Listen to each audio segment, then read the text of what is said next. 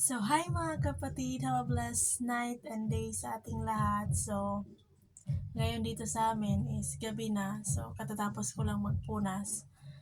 Kaya, ayan. Presko na ang inyong kapatid. So, ano ba ang gagawin natin? So, hello nga pala sa inyong lahat. Maraming salamat sa inyong pagsuporta, pag-follow, pag-subscribe sa aking channel na Mistisayhan, sa aming channel ng aking mga magulang, mama and papa na mga kasama ko sa aming vlog, sa aming shorts video. Maraming salamat sa inyong lahat dahil isa kayo sa naging inspirasyon ko na magpatuloy, kasi bilang isang tao meron din akong mga kahinaan, meron ding panahon na parang susukuan ko na, pero dahil ginawa kayo ni God na instrumento sa aking buhay na magpatuloy, kaya maraming salamat sa inyong lahat at appreciate ko yung lahat ng mga comments nyo at lahat ng mga likes nyo, lahat ng mga alam kong nababasa ni God. Alam kong napakaswerte ko sa inyo dahil meron palang taong nakaka-appreciate ng aking ginagawa. So maraming salamat. So kahit sa aking red up at saka sa black up, maraming salamat sa inyong lahat dahil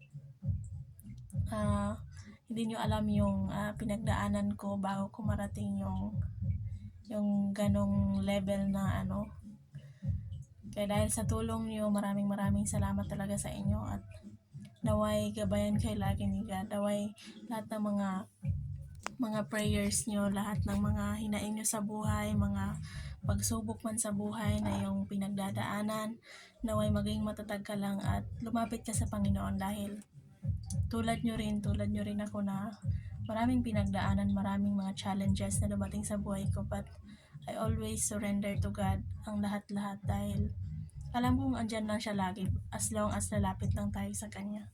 Kaya maraming salamat sa inyong lahat. Naway supportahan nyo rin yung aking long video sa YouTube. Makikita mo ang araw-araw kong ginagawa, araw-araw na buhay ko bilang isang tao na naniniwala sa Panginoon at nagmamahal sa Panginoon. Kaya bago ko tapusin yung video na to, mag-iwan ako ng isang Bible verse, isang verse na alam kong magagamit natin sa araw-araw ng ating pamumuhay. So ito yung cellphone na gamit ko, is matagal-tagal na to. Kaya sinusubukan kong ayusin, kasi minsan hindi naririnig yung boses, minsan din parang masyadong malikot. So pagpasensyahan nyo na muna, kasi kakasimula ko lang. Sana maging mahaba-haba yung pasensya nyo para sa akin. Kaya maraming salamat at na-appreciate ko yon. Kaya bago tayo magtapos sa videong ito, gusto kong iparating sa inyo ang salita ng Panginoon na sa Lucas chapter 11 verse 28. Sabi dito, higit na pinagpala ang mga nakikinig ng salita ng Panginoon at tumutupad nito. Alam ko ang kapatid is isa ka sa naniniwala sa Panginoon, kasi nakita mo yung video na to, narinig mo yung video na to, kasi hindi ka magsasayang ng oras mo kung hindi ka naniwala sa Panginoon. Alam kong busilak ang iyong puso, alam kong mahal na mahal mo ang Panginoon, at alam kong mahal na mahal ka ng Panginoon. Kaya kahit na anong darating sa buhay mo, may mga pagsubok pa na parang masasabi mo na hindi mo na kaya, lagi mong isipin at lagi mong tandaan na ang Diyos ay laging handa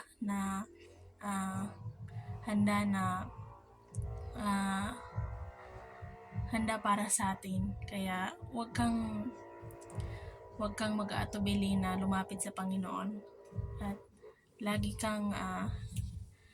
mong kung saan ka man ngayon, at lagi kang mag-pray at makinig ng mga worship song sa Panginoon.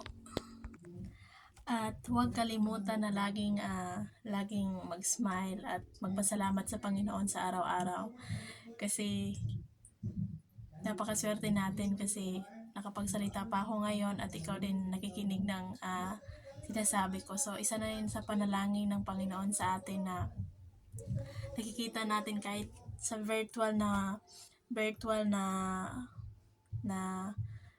sa virtual lamang na pakipag-communication. Kaya maraming salamat sa iyo dahil hindi ka sumuko sa lahat ng pinagdaanan mo sa buhay. Kaya salute ako sa iyo at napakatapang mo kapatid dahil napakatatag mo at kahit na alam kong kinakaya mo lang at alam kong kakayanin mo dahil andyan ang ating Panginoon.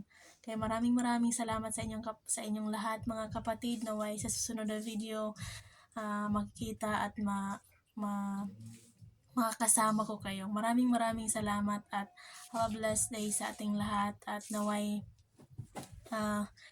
huwag niyong kalimutan ang ating Bible verse na binasa kanina, yung Lucas 11 chapter 28 na ang sabi doon na sigit na pinagpala ang mga nakikinig sa salita ng Panginoon at ang tumutupad nito. Kaya huwag mong kalimutan na laging makinig ng mga preaching, makinig ng salita ng Panginoon at laging magbasa ng Bible at makinig ng mga worship song at i-praise natin ang Panginoon ng ating buong pasalamat at buong puso na pananalangin sa ating Panginoon. Maraming salamat at see you sa next video.